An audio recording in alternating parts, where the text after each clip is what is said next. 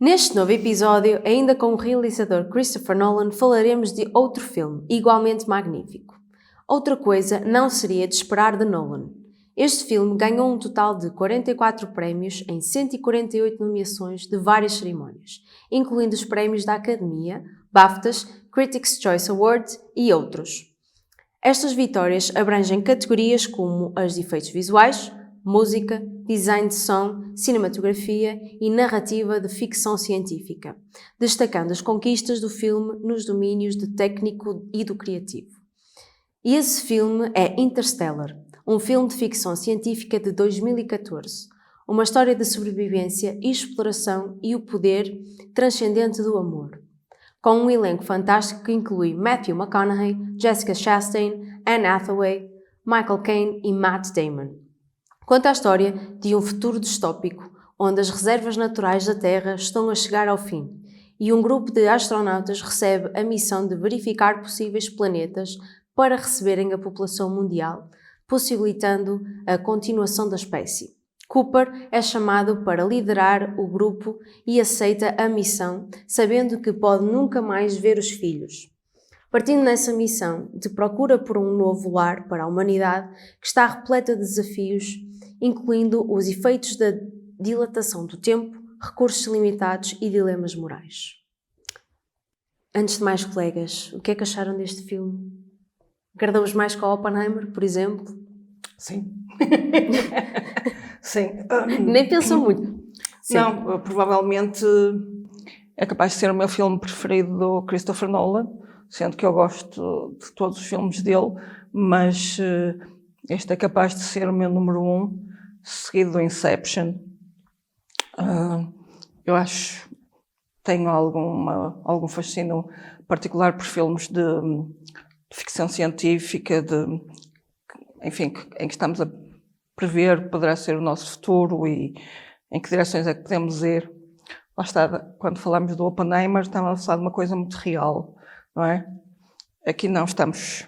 Se calhar estamos na tal continuação de uma pergunta que tu fizeste na altura sobre... Se vale a pena salvar a humanidade. Pronto, e que eu te disse que a questão não era se valia a pena, era se conseguíamos ou não. E conseguimos? Ficámos na mesma, não é? No fim deste filme, ficámos na mesma, na minha perspectiva. Ou seja, se calhar sim, se calhar não. E creio que o filme, um bocado à imagem dos filmes do Christopher Nolan, que fazem essa brincadeira connosco muitas vezes, e aqui novamente um paralelo com o Inception, no fim ficas um bocado por tua conta, não é? É quase como se fôssemos nós a escrever o fim daquele filme. Sim, a decidir em que direção é que as coisas vão. Portanto, nesse sentido, agrada-me logo muito mais em termos de premissa, de para onde é que vamos e não onde é que estivemos, embora as duas coisas estejam ligadas. Para além disso, novamente, atores espetaculares, interpretações brilhantes, e aqui sim uma história que eu acho que está muito bem encadeada e em que eu não consigo encontrar, e revi o filme muito recentemente, não consigo encontrar narrativas que eu entenda que são supérfluas. Portanto, acho que tudo o que lá está é necessário e muitas vezes até é necessário rever, porque aqui e ali se calhar há determinadas coisas em que não reparamos. Detalhes que se perdeu na primeira vez e que vais notar agora. E que sobretudo, por exemplo, eu também eu vi esse no cinema. Eu esse já não vi. Sim, e também aí, na primeira visualização, existem partes que te esmagam em termos do que é completamente novo e inesperado e espetacular, no sentido da imagem em si, e portanto, se calhar, a certa altura, ficas tão assoberbada em determinadas cenas desse género que até te passam determinados detalhes do que está a acontecer nesse tipo de cenas. Portanto, para mim é um filme fabuloso, gosto mesmo muito. E tu, Daniel? Oppenheimer, Interstellar? Eu partilho da opinião da Dora também, é um dos meus filmes favoritos do Nolan. Acho que é um filme de ver e chorar por mais. Em relação ao conteúdo do filme, tem também está equipado com uma grande informação e dose de estudo científico, e notou-se uma clara preocupação para que na narrativa e no argumento as coisas não fossem escritas ou entregues demasiado à imaginação e fossem devidamente fundamentadas com pareceres de físicos e de cientistas. Pronto, e quanto ao resto,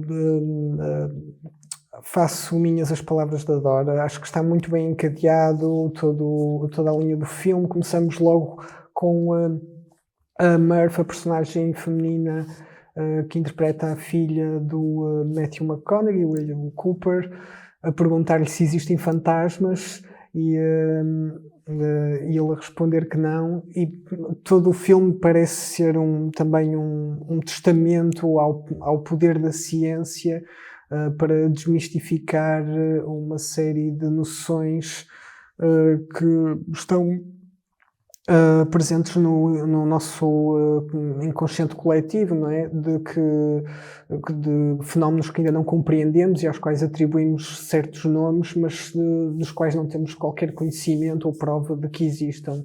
E o filme leva-nos por uma linha condutora que nos faz perceber que, afinal, tudo o que acontece é, de facto, produto do homem, do ser humano, que é uma postura que o Cooper encarna muito bem ao longo do filme. É sempre quando o Michael Caine ou outra personagem lhes diz mas eles, e ele pergunta sempre, eles quem?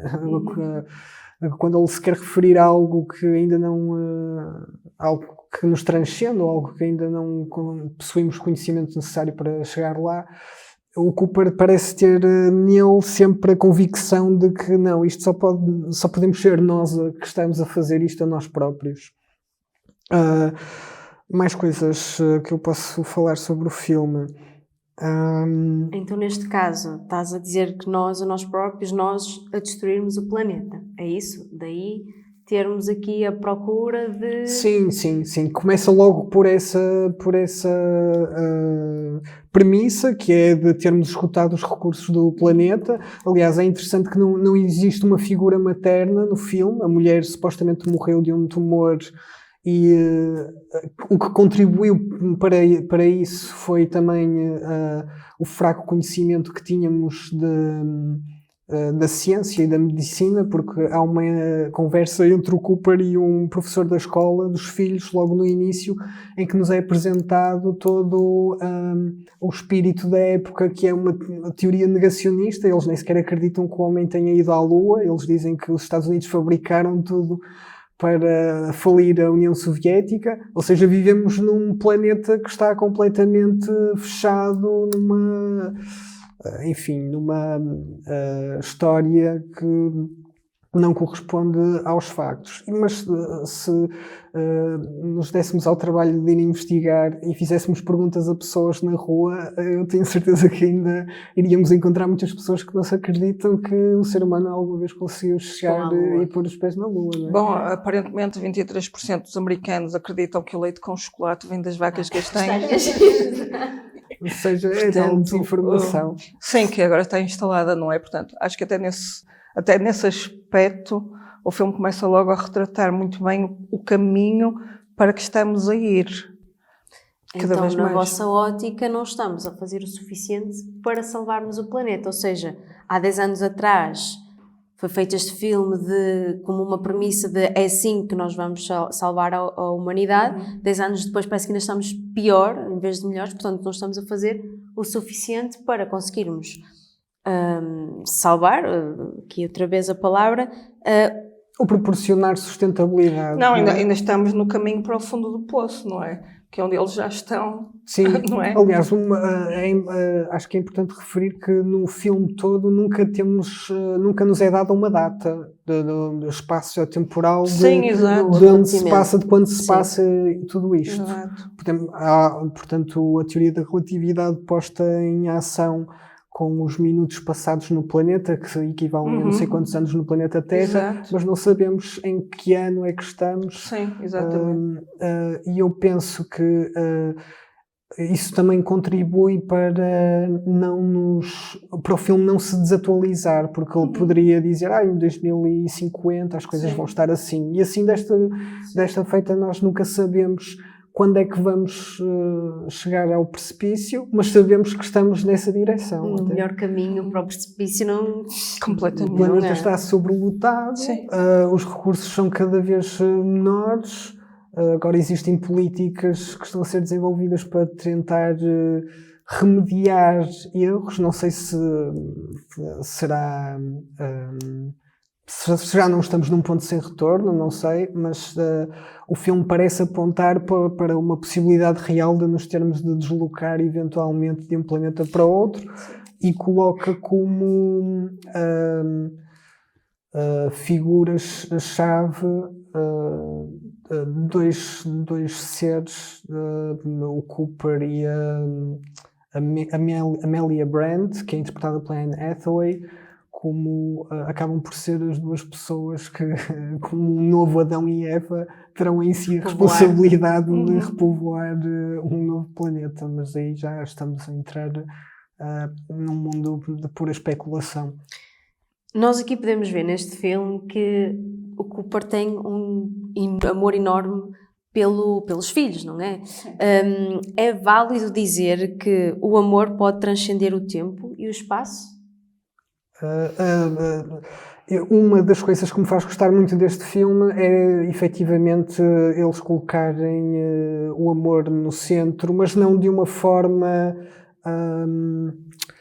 de uma forma cheesy ou de uma forma clichê, como isso é feito, por exemplo, em outro tipo de filme, outro tipo de registro, como em comédias românticas, mas transportarem essa noção do amor para uma nave espacial, uma conversa de astronautas, e ela convicta a afirmar que a única razão para ela seguir a lógica que está a seguir, porque ela quer ir para o planeta do Edmonds, que é a pessoa por quem ela estava apaixonada, é uma razão que ela nem sequer compreende. É como aquele dito popular de que o coração tem razões que a própria razão desconhece. Mas acho também curiosa a posição do Cooper, porque o Cooper acaba por não aceitar essa proposta da Brand, e eles vão parar.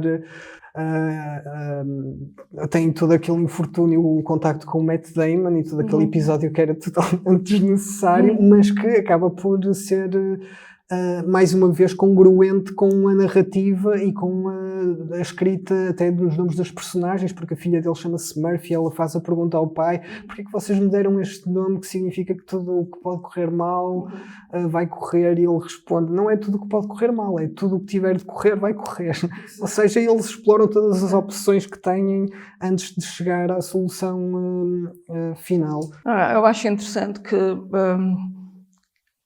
eu entendo que quando o Cooper os impede de ir para o planeta que a Brand quer ir, é também um bocado uma vingança pelo facto de ele se sentir enganado, porque ele não vai para recomeçar a vida noutro sítio, ele vai na convicção de que vai poder salvar o planeta e voltar a estar com os filhos e, portanto, dar um futuro melhor aos filhos.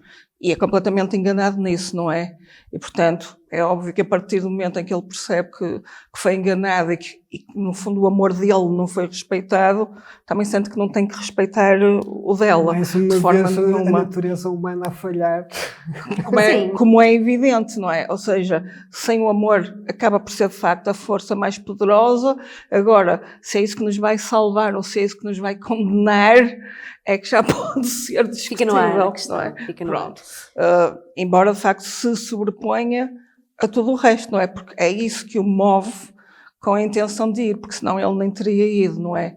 Se lhe dissessem: não, isto é para levar embriões para não sei onde e e tu e a Brandt vão ter que tomar conta disso. Ele não ia, preferia ter ficado com os filhos, não é? Mas desde o início também do filme, o modo como a personagem do Cooper é apresentada revela-se como alguém um pouco revoltado com a sua condição de fazendeiro ou camponês. Ele vira-se para o John Lithgow, o pai dele, o Donald, e diz: nós fomos feitos para muito mais do que isto, não é só para andar aqui a plantar milho e batatas.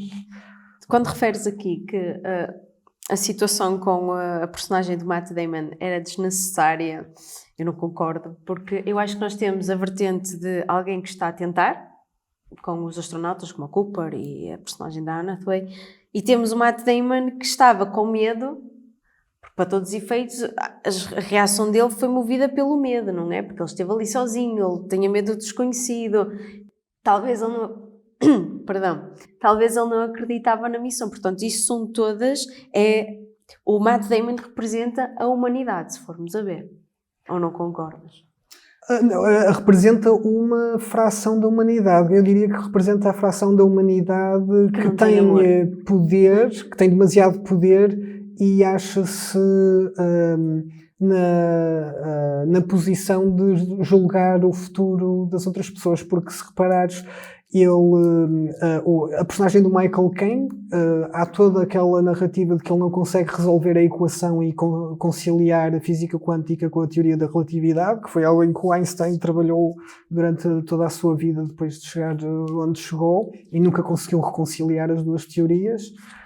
E depois, quando o Matt Damon aparece, ele diz-nos: não, essa equação já foi resolvida desde o início, nós apenas percebemos é que não iríamos conseguir salvar toda a população, por isso vamos escolher, nós, na nossa poltrona, nós é que decidimos quem é que pode ser salvo e quem não pode ser.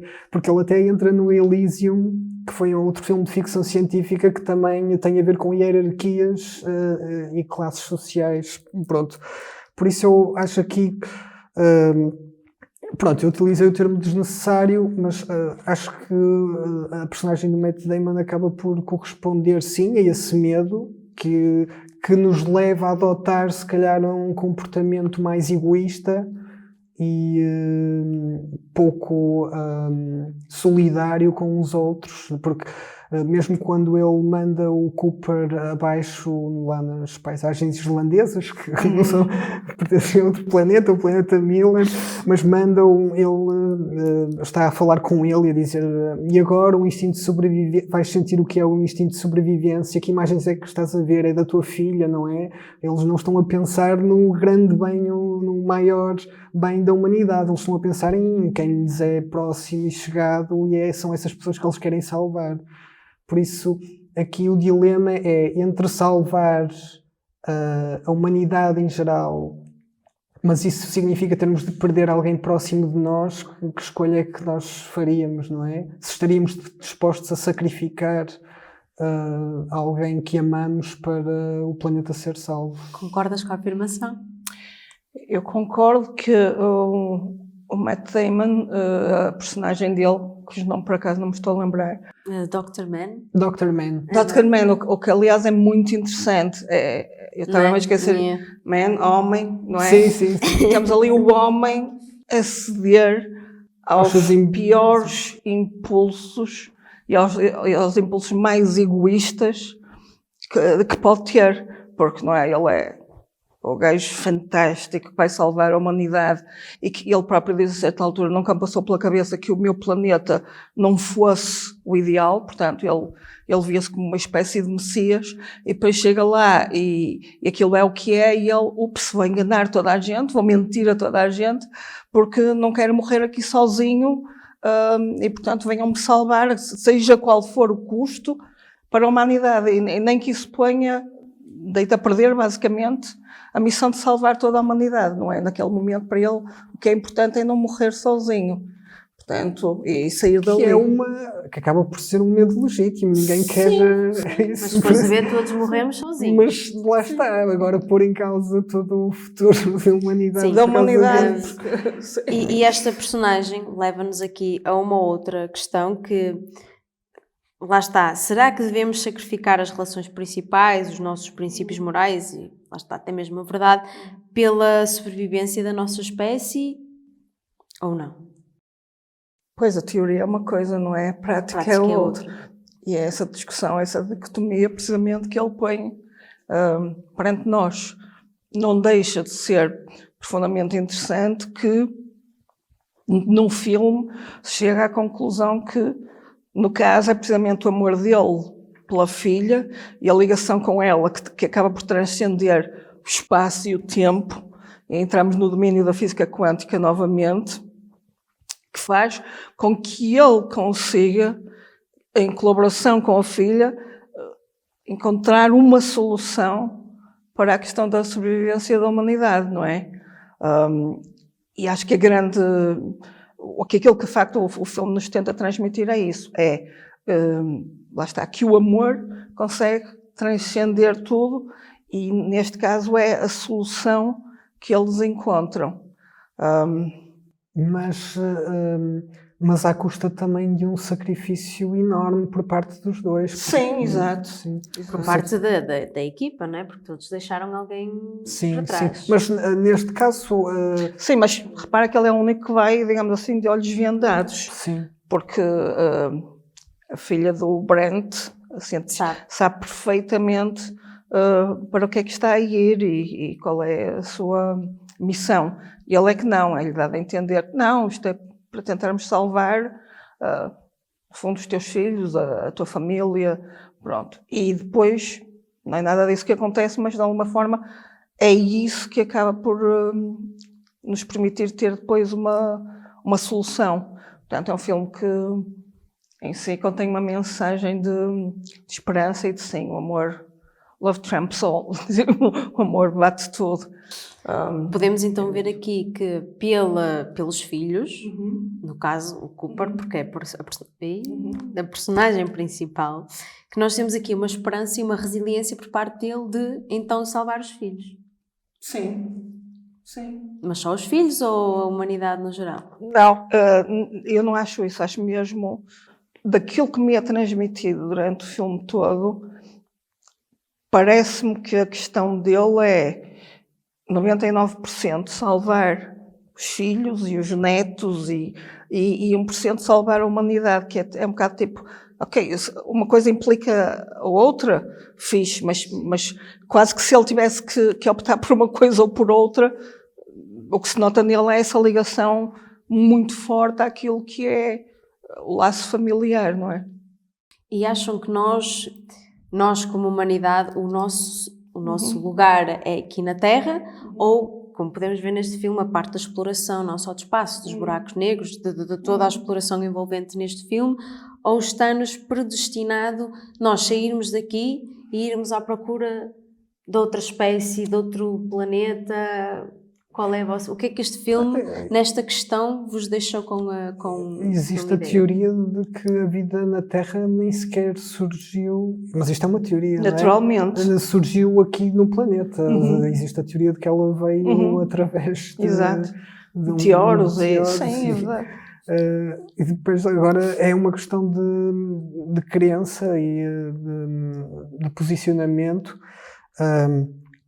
Eu também acho que muitas vezes nós nos acomodamos e assumimos uma visão muito antropocêntrica em relação ao local onde vivemos e colocamos o homem no centro e pronto, na época do Renascimento com as pinturas do Da Vinci, acho que isso deixou no nosso coletivo aquela ideia de que o homem está no centro de tudo, o homem é a medida de todas as coisas, que isto já é outra ideia que vinha dos gregos, mas eu penso que é uma postura bastante narcísica e ilusória, porque existem outros seres, nomeadamente outros animais, que possuem também um grau de inteligência,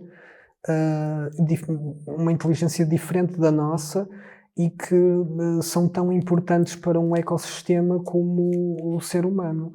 Ou seja, neste momento habitamos em conjunto o planeta Terra, Eu sinto que estamos gradualmente A perder recursos? sim, a destruí-lo e já existe uma fornalha enorme de literatura sobre possíveis futuros, possíveis terras, outros planetas semelhantes à Terra, habitáveis, para os quais a humanidade continua a progredir, porque nós também ainda não sabemos se nós somos comparados com os macacos, como os nossos primos antigos, ou com os neandertais na antiga civilização. Também não sabemos se este é o último estágio do nosso avanço ou progressão como entidade. Que pode ser, porque a gente acaba com isto tudo e valor para outros pode aparecer uma outra espécie daqui a 2000 anos mais Exato. avançada. Portanto, para mim a questão é se nós estamos destinados, é assim, se não destruirmos o planeta antes, necessariamente acabaremos por ter que o abandonar, até porque lá está, o planeta também não dura para sempre. Se nós estamos a tentar acabar com ele muito mais rapidamente do que o que seria necessário, estamos, e com sucesso, nitidamente. Agora, mesmo que não o fizéssemos, não é... nada nos garante, não sabemos que o planeta não dura para sempre, portanto, inevitavelmente, num determinado ponto, teríamos que optar por outras, tentar descobrir outras soluções. Agora, não sei se a questão se chega a pôr ou não é? Até porque também estamos a esquecer, por um lado, nós estamos a contribuir bastante para a destruição do planeta, por outro lado, basta que o Sol de repente dê um espirro mais forte e isto também acaba facilmente, ou seja, nós por vezes não temos, lá está, somos tão egocêntricos que não temos noção da fragilidade do planeta e do pequenino que o planeta é e de que podem acontecer coisas que são influenciadas pela nossa atuação, coisas sobre as quais não temos controle nenhum. De repente vem um meteoro gigante e dá cabo disto.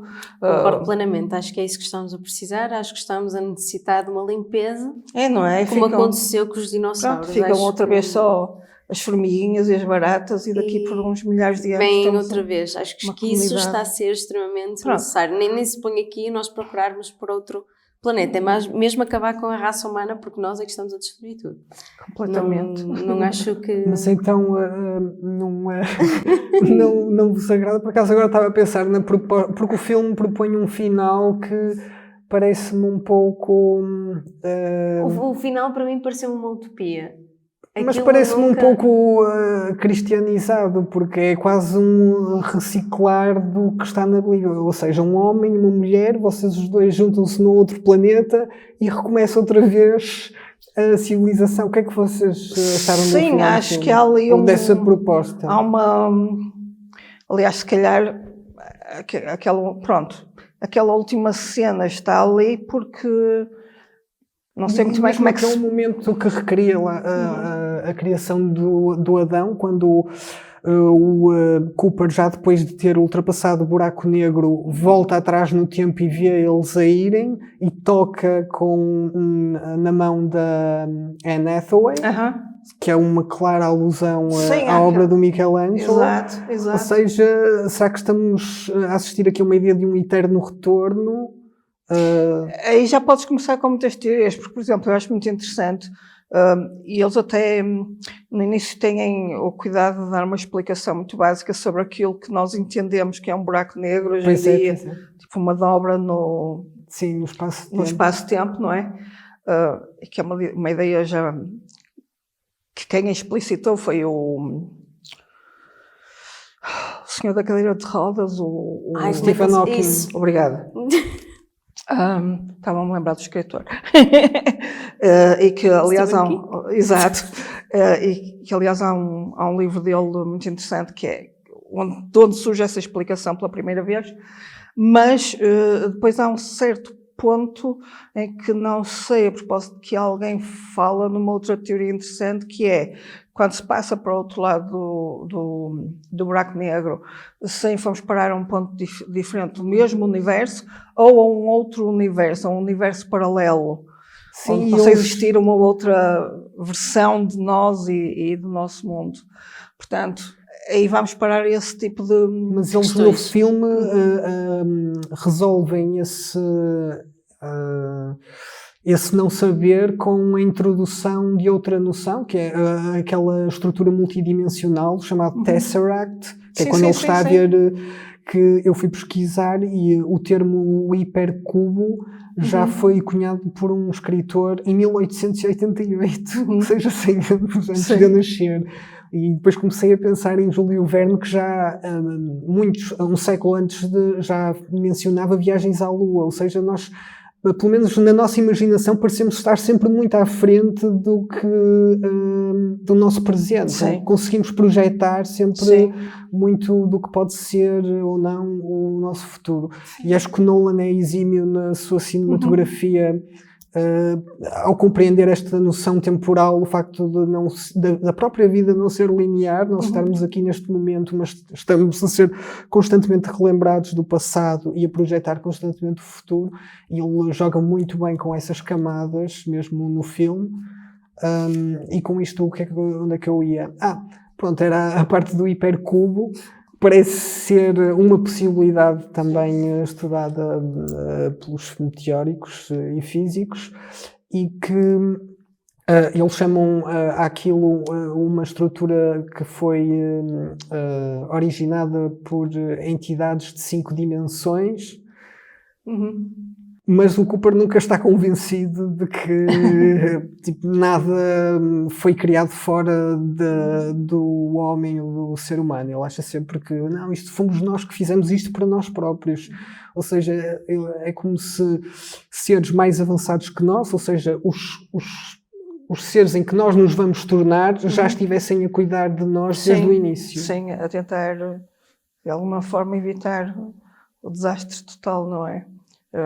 O que é interessante, precisamente, e lá está, é uma dimensão em que, de facto, o cinema vale a pena quando ele está preso naquela estrutura em que consegue comunicar com a filha e que ele próprio diz a certa altura, não, isto não existe, isto é o modo como foi possível corporizar as coisas de uma maneira que a nossa mente consiga compreender e interagir com, que é bastante interessante. Nós neste filme também temos acesso a uma ascensão da inteligência artificial com os robôs, o TARS e o Case, que não são aquele típico robô que nós estamos habituados, porque eles até têm aqui um tanto ou quanto de humor e há um avanço em relação a um outro filme que é muito serviu de grande influência para este, que é o 2001 Odisseia no Espaço, que está cultuado como o supremo filme no que toca à ficção científica, e nesse filme temos a presença de um robô, o HAL, que não revela qualquer sentido de humor nem quase emoção, assume um registro totalmente neutro. Que é um pouco e mais... aqui eles parecem ter conseguido sair desse impasse que daria origem a muitos erros e dificultaria a comunicação entre seres humanos e a inteligência artificial, mas este TARS, onde é possível regular a quantidade de humor que ele pode fazer, acho isso muito interessante. É também uma chega a uma outra personagem de um livro muito conhecido, que é o Hitchhiker's Guide to the Galaxy, que também tem um robô, Marvin, que é o robô mais depressivo que já existiu. E é um personagem muito querido para mim pessoalmente, e eu acho que aqui o TARS tenta ser quase um espelho, um irmão gêmeo. Nesta parte da inteligência artificial, vocês acham que, posto isto, não é? Que, para também terminarmos aqui o episódio em grande, nós devemos confiar na tecnologia, como por exemplo um TARS ou o que for, para garantir a sobrevivência da humanidade ou não de tudo? Pode ser um instrumento de, aliás, neste filme, É um instrumento para. que ajuda. A Amelia Brand é salva no primeiro planeta, é salva Exato. pelo TARS. Exato. Se não fosse ele, ela não teria Sim. conseguido voltar à nave. É logo um sinal Sim. de. Devemos de confiar na inteligência artificial. Eu acho que já confiamos hoje em dia Sim. na saúde e a medicina utiliza muito E isso. só todos serviços como neste filme em que ela é absolutamente controlável, não é? Sim. Vais ter esta dimensão de sentido de humor e esta dimensão de honestidade e, portanto, a partir do momento em que Desde eles que a conseguem... população esteja devidamente educada Exato. e que compreenda os fundamentos e os recursos a que tenha ao seu dispor, acho que sim, acho que a inteligência artificial está aqui para ficar. Ou seja, devemos confiar na inteligência artificial, nada de teorias para acabar com a humanidade, é isso? É isso. Então, quanto às votações, quem quer ser o primeiro a fazer? Mas tu, Daniel. Também aqui, acho que espero colocar isto na ordem certa. 4,5. É um filme que, pronto, quando eu vi a primeira vez no cinema, não percebi nada do que estava a ver, confesso, mas as imagens deslumbraram e hoje, já uns anos mais tarde, e com outro foco e com vontade de perceber a narrativa, voltei a ver. Mas por que não o 5? Pois, porque não 5? Porque me incomoda um pouco o facto de ter de ser um homem e uma mulher. Aquela fuga para a ideologia, para uma certa dimensão de cristianismo, não é? Acho que há aqui um pequeno toque de não inclusividade aqui. Mas de outra maneira não é possível povoares um planeta. Pois, neste momento não é? Neste momento não há pessoas a nascerem incubadas, no Matrix, mas não sei, não dou um 5 porque acho que é uma visão, lá está, também muito americana e idealista e sempre a América como o salvador do globo e do planeta, mas é um grande filme. E tu, Dora? Não viste? Não, os dois. Os dois. Eu vou fazer o mesmo que a minha colega quer dar 4,5. um 4,5. Sim. E se me vais perguntar porque não um 5, é porque tenho Matt Damon. Não, estou a brincar. Porque eu tenho sempre algum receio de dar um 5 e depois, quando for dar um 5, mesmo convicto, estar a pensar. Mas também dei este 5 àquele filme assim, e este ainda vai um bocadinho mais longe. Portanto, Dás um 5,5. é para reservar. Exato, também não posso. Ou 6. Mas é um bocado apenas para reservar isso. Se calhar ficar à espera do próximo filme do Nolan. Mas sim, é um filme fabuloso. Embora eu diga mesmo que o Daniel, que é a primeira vez que eu vi num grande ecrã, adorei, mas houve muitíssimas coisas que me passaram ao lado, não é? E agora já vi 3 ou 4 vezes e agora já sinto que se calhar está controlado, mas já consegui quase tudo do filme. Mas sim, é um filme que tem que se ver mais que uma vez, na minha opinião. Eu só vi uma vez e vou dar um sólido 4. Um sólido 4. Porque eu acho que entendi a premissa do filme logo à primeira. Embora tenha adormecido ali numa parte. Eu puxei atrás para entender. Para mim é um 4 simplesmente porque eu sou uma pessoa mais visual e eu acho que o Christopher Nolan faz isso muito bem na maneira como conta as histórias. E no meu top 3 de Christopher Nolan, primeiro tenho Inception, porque acho que me deixa com mais dúvidas do que respostas. Logo a seguir Oppenheimer, pela explosão visual que tem. E em terceiro está este, porque eu achei que é um filme intemporal. Também porque não temos, como a Daniela disse, não temos uma data específica, portanto é intemporal. Daqui a 100 anos, se calhar, se virem esse filme, vão-se deparar com alguns problemas expostos neste filme. Em termos visuais, a única coisa que eu gostei de ver foi quando ele lá está dentro do buraco negro, porque eu adoraria saber e ter estado lá quando ele gravou essa cena, porque achei ideal, espetacular, digo, mas sim, um sólido 4 e não um 5. E como o meu sólido 4, despedimos-nos assim deste episódio. Agradeço-vos terem visto o nosso curto parte de Christopher Nolan e vemo-nos no próximo. Até à próxima!